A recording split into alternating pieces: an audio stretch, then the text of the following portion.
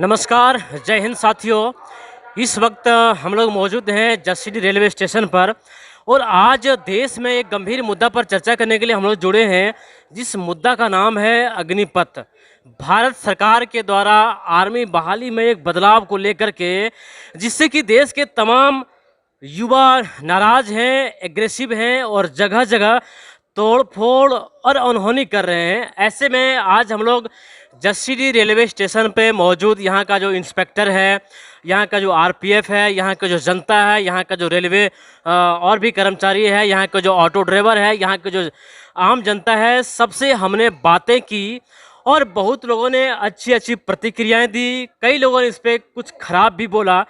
आज हमारे साथ जो मौजूद हैं हमारे साथी मिथिलेश माधव जी, इनसे हम जानेंगे एक्चुअल अग्निपथ है क्या।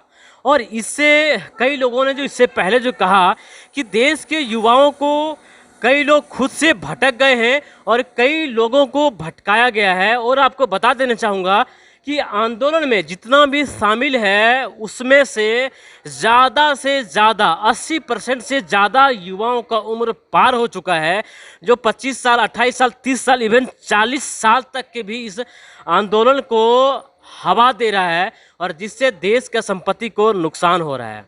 ऐसे में हम अग्निपथ को सही ढंग से समझने के लिए हम बातें करते हैं एक social media activist, social media sensation है हमारे साथ मिथिलेश माधव जी, जो जसीडीह रेलवे स्टेशन के ही पास रहते हैं, यहाँ का जो निवासी हैं और राष्ट्रभक्ति इनके खून में बसा है। इनका आप कोई भी पोस्ट देखिए, चाहे इनका भी कोई विचार देखिए, राष्ट्रभक्ति के लिए हमेशा तत्पर रहते हैं। अग्निपथ उसी राष्ट्रभक्ति का एक जीता जागता उदाहरण है।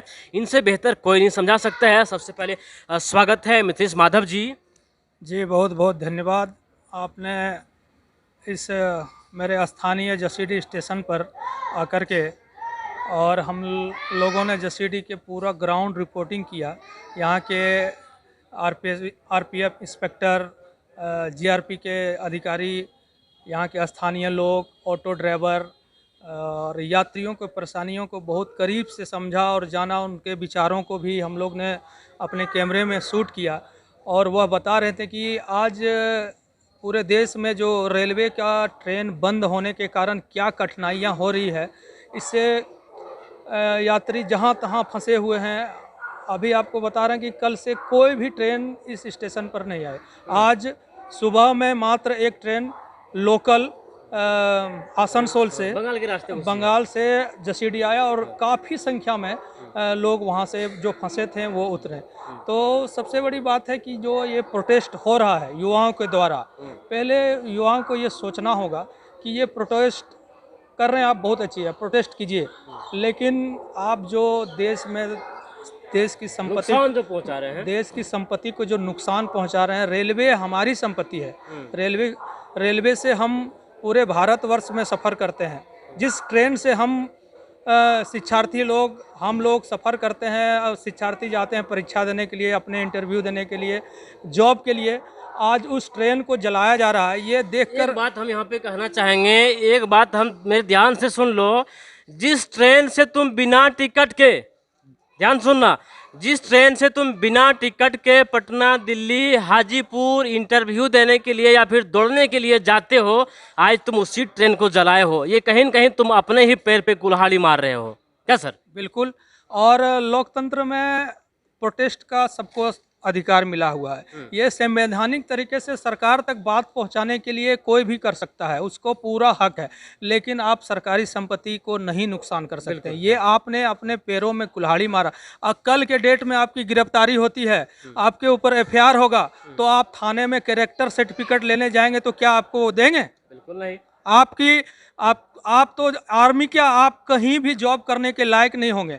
यह चीज़ उन लोगों को सोचना चाहिए। आप प्रोटेस्ट कीजिए, बहुत अच्छी बात है, आप प्रोटेस्ट करने के लायक हैं, लेकिन आपने जो पूरे देश भर में जो उपद्रव मचाया है कल, हम लोग देख रहे थे सोशल मीडिया के माध्यम से, न्यूज़ के माध्यम से, इतनी अच्छी अच्छी कोचें जो कि सरकार को बनाने में काफ़ी पैसा लगता है। और जहां तक कल मैंने न्यूज़ में देखा कि 50 करोड़ से ज़्यादा का नुकसान हो चुका है। अब बताइए, अभी तक ट्रेनें बंद है, कहां कहां यात्री फंसे हैं। हो सकता है आपके भी परिवार के लोग होंगे, आपके भी माता पिता होंगे, तो यह चीज़ आपको सोचना चाहिए। रही बात अग्निवीर योजना की, तो योजना जो बनाई गई है इसको बहुत सोच समझकर ही लाई गई है।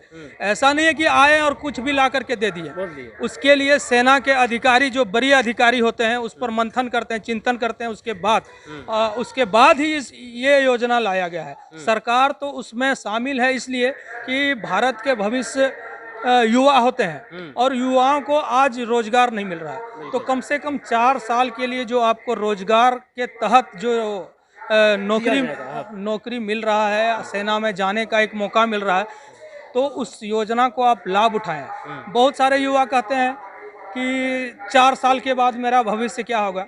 अरे भाई, 4 साल आप 17 से 21 साल में जो आप पढ़ाई की तैयारी करेंगे, खेल कूद के जो समय बर्बाद करेंगे, आप उस 4 साल में आपका भविष्य इतना उज्जवल होगा कि आप सोच नहीं सकते हैं।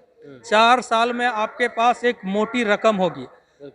और सबसे आज देश में सम्मानित अगर कोई व्यक्ति होता है तो वो भारतीय सेना होता है, जो कि लोग देखते ही उनको सल्यूट करते हैं। तो जब आप वहाँ से लौट के आएंगे 4 साल में, अपने समाज में, अपने घर में आएंगे, तो आपकी प्रतिष्ठा भी बढ़ेगी और एक मोटी रकम भी आपके पास होगा। अगर 20 से 22 लाख आपको इनकम के सोर्स होगा, आप उससे कुछ बिजनेस भी कर सकते हैं। और ऐसा नहीं है कि 4 साल के बाद आपको हटा देगा। आप में अगर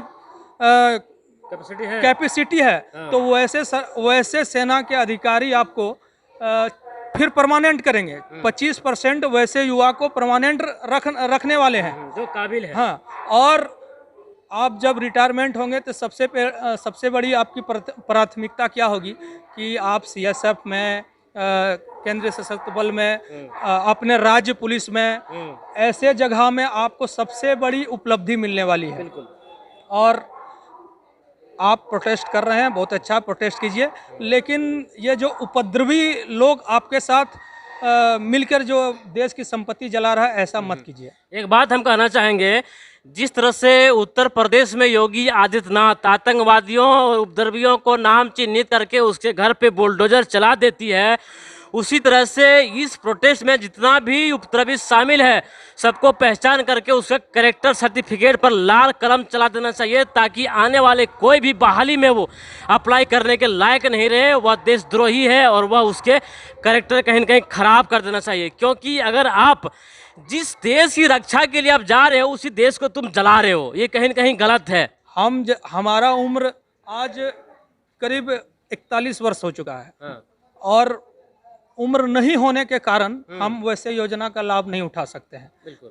लेकिन मेरे अंदर में आज भी वह जज्बा है। अगर इस अग्निवीर के तहत हमको अगर खाना बनाने के लिए भी अगर ले जाए तो मैं जाने के लिए तैयार हूँ। ये होती है सच्ची देशभक्ति, ना कि तोड़फोड़ करने वाले। बिल्कुल ऐसा ही होना चाहिए। अपने राष्ट्र, अपने देश के लिए जो नहीं हो वैसा नागरिक इस देश में रहने का कोई काबिल नहीं। उसके पास आप क्या बोलते हैं, आपका देश के लिए मर मिटने का जज्बा होना चाहिए। यह देश मेरा है, हम यहाँ के निवासी हैं और यह देश की संपत्ति मेरा है।